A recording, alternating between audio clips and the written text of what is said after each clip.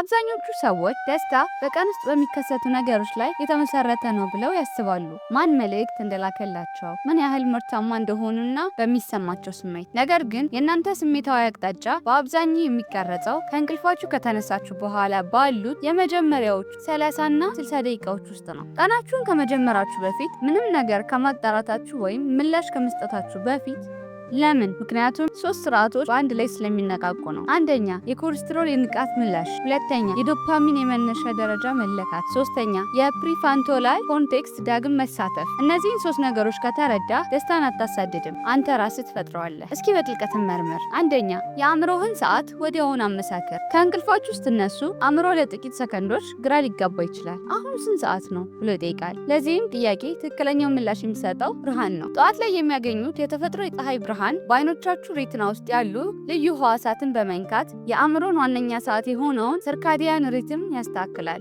ይህ የአእምሮ ሰዓት በቀን ውስጥ ሴሮቶኒን የተባለውን የደስታ ሆርሞን፣ በሌሊት ደግሞ ሜላቶኒን የተባለውን የእንቅልፍ ሆርሞን ምት ይቆጣጠራል። ጉዳዩ የእንቅልፍ ብቻ አይደለም፣ የስሜት መረጋጋት ጭምር ነው። ለጠዋት ብርሃን መጋለጥ በቀን ውስጥ ከፍተኛ የሴሮቶኒን መጠን እንዲኖር ያደርጋል። ይህም የመንፈስ ጭንቀት ምልክቶችን የመቀነስ እድሉ ከፍተኛ ያደርገዋል።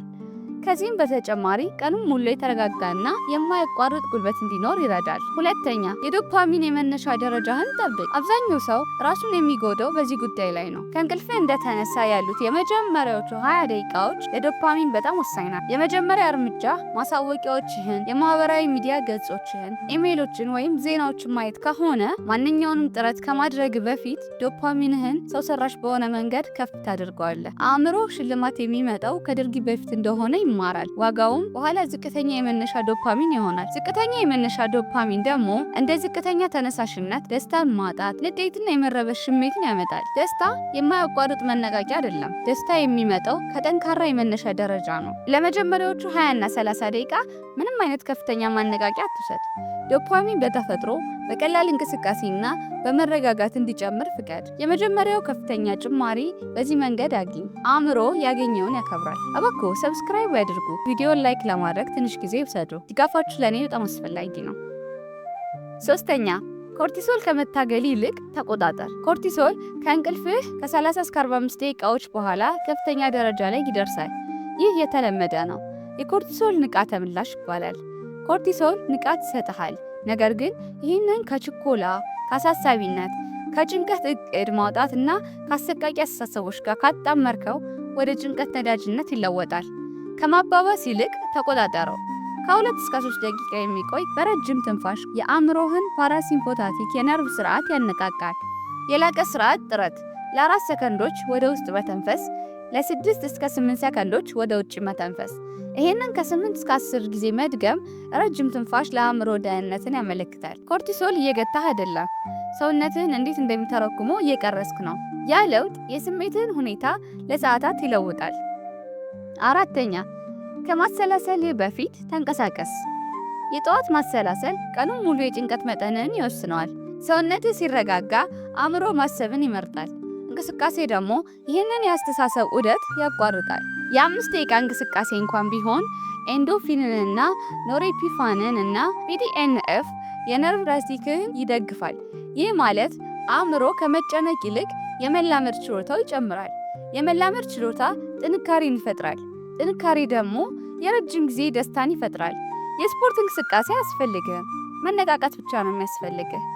ፈጣን የእግር ጉዞ፣ ቀላል እንቅስቃሴዎች፣ ፑሽአፕ ወይም ስኳት። ስሜት ሁልጊዜ ፊዚዮሎጂን ይከተላል። 5ኛ፣ ምርታማነትን ሳይሆን ማንነትን አስቀድም። አብዛኛውን ሰው ከእንቅልፉ ሲነሳ ምን ማድረግ አለብኝ ብሎ ይጠይቃል። ከፍተኛ ሳይኮሎጂ ደግሞ ዛሬ ማን ነኝ ብሎ ይጠይቃል።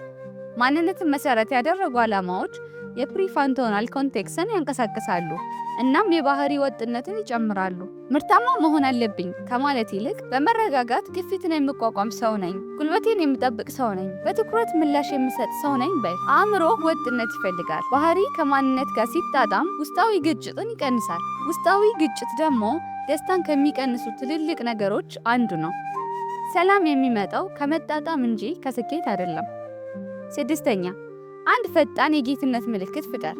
አእምሮ ያለማቋረጥ ማስረጃዎችን ይከተላል። ትናንሽ ድሎችን፣ የራስን ውጤታማነት፣ የዶፓሚን መጠንና የተገነዘበ ቁጥጥርን ይጨምራሉ። የተገነዘበ ቁጥጥር ደግሞ የስነ ልቦናን ደህንነት ከሚተነብዩ ጠንካራ ነገሮች አንዱ ነው። አንድ ሆን ተብሎ የተደረገ ድርጊትን ወዲያውኑ አድርግ። አልጋን በትክክል አዘጋጅ። ቡና ከመጠጣት በፊት ውሃ ጠጣ። አንድ ጆርናል ጻፍ። አንድ የ5 ደቂቃ ስራ ሙሉ በሙሉ አጠና። የምትልከው መልእክት ራሴን እያንቀሳቀስኩ ነው የሚል ይሁን። ትንሽ ጌትነት መነቃቃትን ይገነባል። መነቃቃት በራስ መተማመንን ይገነባል። በራስ መተማመን ደግሞ ስሜትን ያረጋጋል። ይህ የባህሪ መነቃቃት ሳይንስና ተግባር ነው። ደስታ ማለት ደስታ አይደለም። ደስታ ማለት ቁጥጥር የሚደረግበት የነርቭ ኬሚስትሪን የተገነዘበ ቁጥጥር ነው። ጠዋት ኮርቲሶል ከፍተኛ ደረጃ ላይ የሚደርስበት፣ ዶፓሚን ዳግም የሚስተካከልበት፣ ማንነት የሚቀረጽበትና የነርቭ ፕላስቲክነት ንቁ የሚሆንበት ጊዜ ነው። ያንን ጊዜ ዝም ብለህ ካሳለፍከው ስሜት ምላሽ ሰጪ ይሆናል። ያንን ጊዜ በአግባቡ ከተጠቀምክበት ስሜት ስልታዊ ይሆናል። ስልታዊ ደስታ የሚበዛው ህይወትን ቀላል ስለሚሆን ሳይሆን የነርቭ ስርዓትህ ጠንካራ ስለሚሆን ነው። ፍጹም ቀን አያስፈልግም። የተጠበቀ የመጀመሪያ ሰዓት ብቻ የሚያስፈልግህ። ይህ ራስን መርዳት አይደለም። ይህ የነርቭ ባዮሎጂ ነው። አሁን ማስታወቂያዎችን ለማብራትና ይህን ቪዲዮ ላይክ ለማድረግ ጊዜው ነው። ድጋፋችሁ ይህንን ቻናል ለማሳደግ ይረዳል። ስለተመለከታችሁን እናመሰግናለን።